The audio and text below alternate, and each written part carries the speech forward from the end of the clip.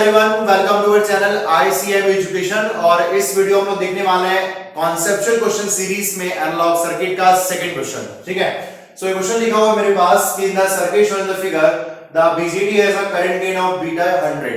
ठीक, the base emitter voltage drop is a constant, तो constant ही होता है अपने पास, और इसकी वैल्यू गिवन है 0.7 वोल्ट। तो भाई जो गिवन है उसको लिख लेते हैं ना अपन फटाफट। तो अपने पास सबसे पहले बीटा गिवन है 100 और VBE इसकी वैल्यू गिवन है आपको 0.7 वोल्ट। जनरली ऐसी ही होती वैल्यू। और उसके बाद लिखा है कि भाई क्वेश्चन में कि the value of Thevenin's equivalent resistance. Sir ये थेवेनिन्स कहां से आ गया? थेवेनिन्स जानते हैं आप लोग, नेटवर्क थ्योरी पढ़े होंगे।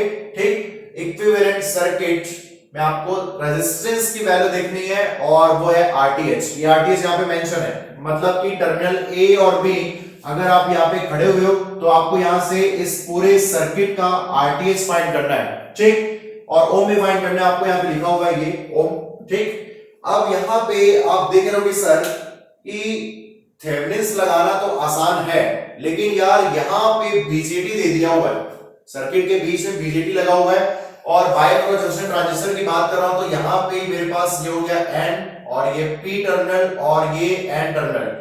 इसका मतलब है मेरे पास बात किसकी हो रही है सर? एक NPN ट्रांजिस्टर की यहाँ पे बात हो रही है। और NPN ट्रांजिस्टर कुछ इस तरीके से दिखता है अपने पास।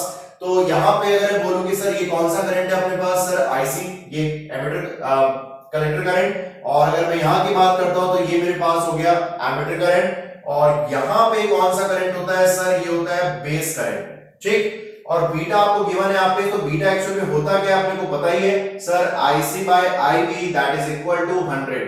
ये पता है आपने कोई चीज?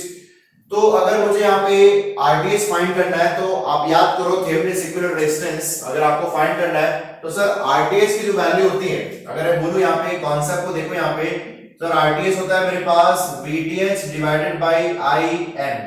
क्या ये आप जानते हो? या इसको आप ऐसे भी लिख सकते हो sir VOC divided by ISC।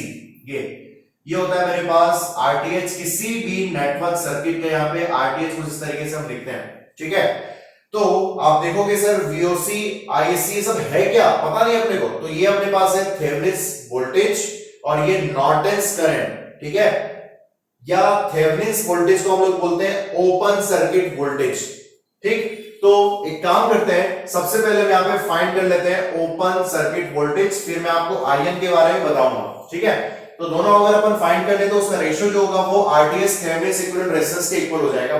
ठीक, तो अगर मैं V0 ये VOC या फिर मैं VTH ये अगर फाइंड करता हूं, दोनों एक ही चीज है, तो इसको हम लोग बोलते हैं सर ओपन सर्किट वोल्टेज या थेवेनिन्स वोल्टेज। क्या बोलते हैं इसको हम लोग यहाँ पे?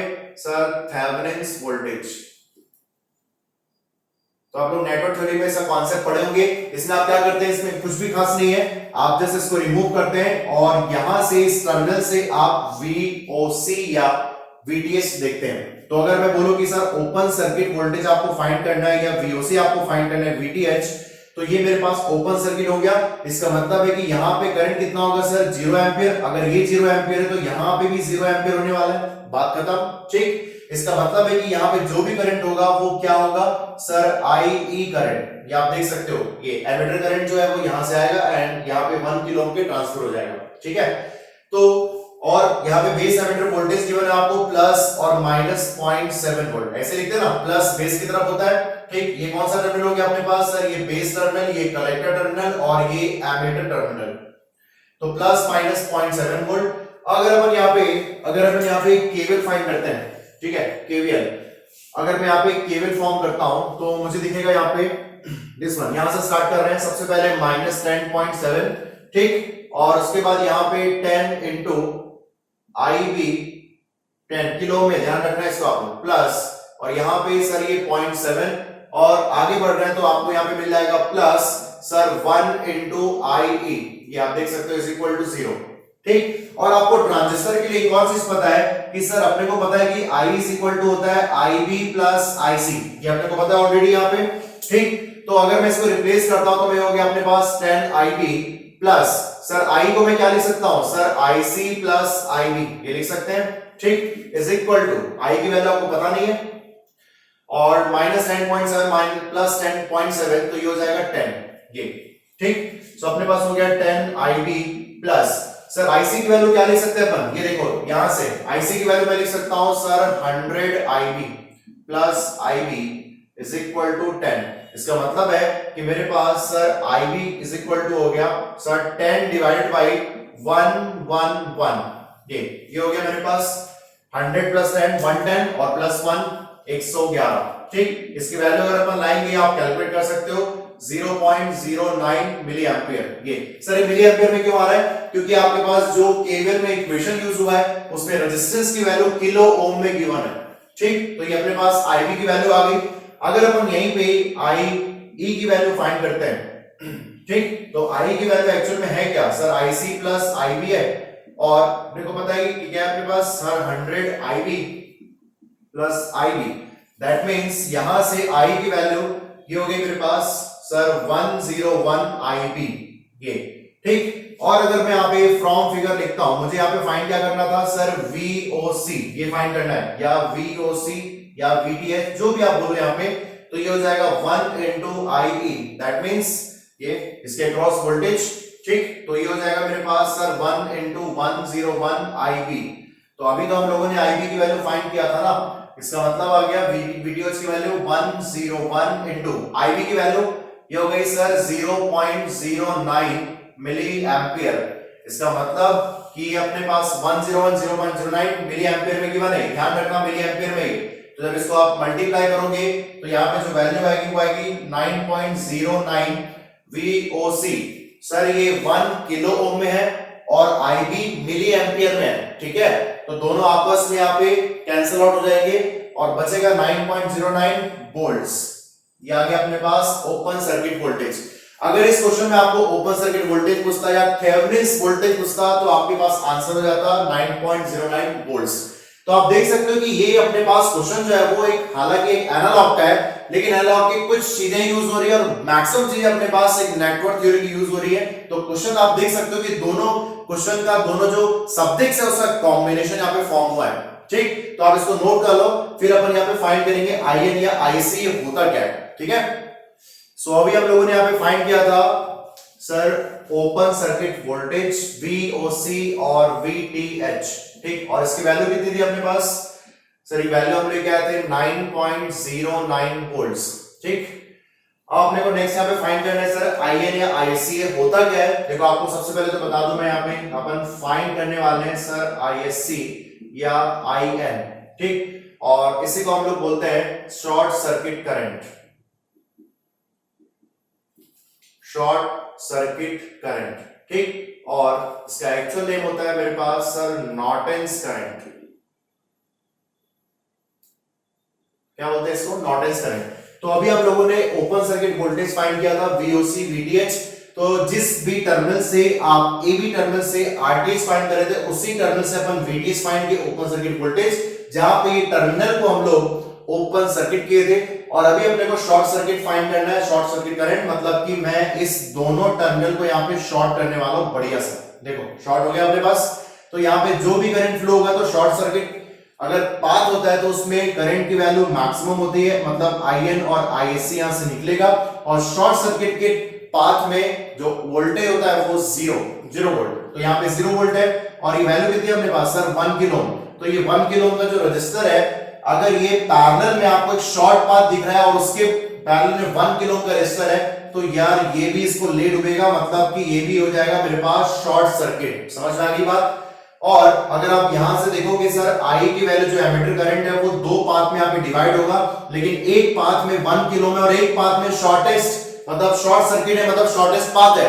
और आपको तो पता ही करंट की प्रॉपर्टी होती है कि वो लेस ऑब्स्टेकल वाले पाथ में कम जाता है। और यहाँ पे अपने पास लेस ऑब्स्टेकल मतलब कि यहाँ पे आईएन ये, और यहाँ पे जो करंट होगा वो मैक्सिमम करंट फ्लो होगा। और लेस ऑब्स्टेकल पार्ट आपको ये दिख रहे हैं, और इसमें तो आपके पास ऑब्स्टेकल है मतलब रेजिस्टेंस की वैल्यू है, तो ये इस वाले पाथ को फॉलो करेगा आई। इसका मतलब है कि मैं बोल सकता हूं कि यहाँ पे कि सर आईएन की जो वैल्यू होगी, आईएससी की जो वैल्यू होगी, वही अपने पास एमीटर करंट की वैल्यू होगी। इसका मतलब है कि ये एमीटर करंट हो गया और यहां से शॉर्ट सर्किट है तो खत्म, ये इसको ले डूबा ना, खत्म हो गया ये चीज। तो यहाँ पे आई की वैल्यू आईएन आईएससी के इक्वल होने वाली है। ठीक, अब एक काम करते हैं, बढ़िया सा अपन यहाँ पे केवल सजा देते हैं। तो सर केवल कहां पे लिखा जाए, मतलब अपने को आई की वैल्यू फाइंड करनी है, पूरा टारगेट आई पे लगा दो। ये अगर मैं यहाँ पे केवल फॉर्म करता हूं बढ़िया सा, देखो ये मैंने पूरा सजा दिया आप लोग के लिए, आपको बढ़िया समझ में आएगा कहां पे अपन केवल लगा रहे हैं। ठीक, तो अगर मैं यहाँ पे केवल लिखता हूं, ये देखो तो ये हो जाएगा -10.7 प्लस सर 0.7 और ये 10 किलो, ये हो गया मेरे पास 10 IB। और जब इस पाथ में आएंगे तो अपने को सिर्फ एक शॉर्ट पाथ दिख रहा है और उसमें वोल्टेज कितना होता है sir 0 volt, that is equal to 0। समझ में आ गई बात ये। अब जब हम लोग ओपन सर्किट फाइंड किए थे तो आपको याद होगा इस 1 किलो ओम में आई करंट फ्लो हो रहा था और यहाँ पे ओपन सर्किट था तो ये केवीएल में इंक्लूडेड था, यहाँ पे आपको याद होगा। लेकिन अभी नहीं है क्योंकि वो शॉर्ट सर्किट पाथ है और शॉर्ट सर्किट पाथ में वोल्टेज 0 होता है। ठीक, तो अगर मुझे फाइंड करना है तो ये हो जाएगा 10 IB इज इक्वल टू 10। इसका मतलब है यार कि IB की वैल्यू बड़ी आसानी से आ गई और 1 मिली एम्पियर आ गई। किलो में रेजिस्टेंस है 1 मिली एम्पियर। ठीक, अब तो जानते हैं ना I की वैल्यू फाइंड करनी है, तो भाई आप एक बात बताओ यार कि अगर मुझे देखना है कि I की वैल्यू तो ये होती है सर IB प्लस IC, ये आप जानते हैं ना। ठीक है, तो मैं यहाँ पे लिख सकता हूँ sir I is equal to 100 IB plus IB, ये यहां से दिस वाला। ठीक, तो यहां से मेरे पास I की वैल्यू हो जाएगी 101 IB और IB की वैल्यू 1 मिली एम्पियर है। इसका मतलब है कि I की वैल्यू भी मेरे पास 101 मिली एम्पियर होने वाली, मिली एम्पियर में आ गई। ठीक है, तो भाई अपने को तो मिल गया ना, आप क्या दिक्कत भाई, IN की वैल्यू मिल गई, ISC वही है और किसके इक्वल है सर I के 101 मिली एम्पियर, सब कुछ मिल गया है, बस आंसर देने की बारी है।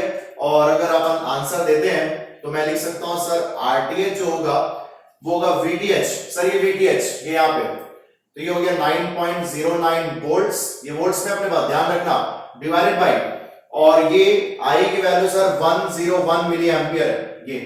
ठीक, तो यार इसको कैलकुलेट करेंगे अपन, तो अपने को चेक करो कि आंसर देना किसमें है, ध्यान रखना। अगर अपन इसको कैलकुलेट करेंगे तो ये मिली एम्पियर है, तो कंफर्म है कि RTH किलो ओम में आएगा, कंफर्म। लेकिन अपने को आंसर किस में देना है सर, ओम में देना है। इसका मतलब है कि अगर मैं इसको लिखूं 9.09 into 10 to the power 3 divided by 101, अब ये हो गया वोल्ट्स मेरे पास और 101 ये हो गया मेरे पास एम्पियर। तो इसका जो 10 to the power -3 था उसको मैं ऊपर ले आया। ठीक, तो यहां से RTH अपन कैलकुलेट किए तो अप्रोक्सीमेटली 90 ओम के आसपास आएगा। तो भाई मुझे आंसर पता है ना, अब यहां पे मैं कैलकुलेटर यूज नहीं कर सकता, तो आंसर कितना आएगा अपने पास सर 90 ओम अप्रोक्स आएगा, वहां पे आप देख सकते हो, कैलकुलेटर चेक कर सकते हो। तो इसका आंसर मैं यहां पे पुट अप करने वाला हूं बस 90 ओम। ठीक है, सो ये क्वेश्चन का पूरा डिस्कशन हुआ कि आप देखे होंगे इस क्वेश्चन में कैसे मैंने एनालॉग सर्किट और मेनली नेटवर्क थ्योरी का कॉन्सेप्ट यूज किया, Thevenin's voltage, Thevenin's current, Norton's voltage, Norton's current, यहाँ पे थेवेनिन्स रेजिस्टेंस, सब कुछ। ठीक है, नॉर्टन्स रेजिस्टेंस भी होता है और इसे क्वेश्चन मैं नेटवर्क थ्योरी के सीरीज में लेके आऊंगा। तो अभी मैं सिर्फ यहाँ पे एनालॉग की बात कर रहा हूं, तो कैसे मैंने यूज किया हुआ यहाँ पे आप देख सकते हो, थेवेनिन्स इक्विवेलेंट सर्किट फाइंड करने के लिए। ठीक है, तो फिर हम लोग मिलते हैं और नेक्स्ट वीडियो में फिर से एक अच्छे क्वेश्चन की बात करेंगे। So bye bye class, thank you.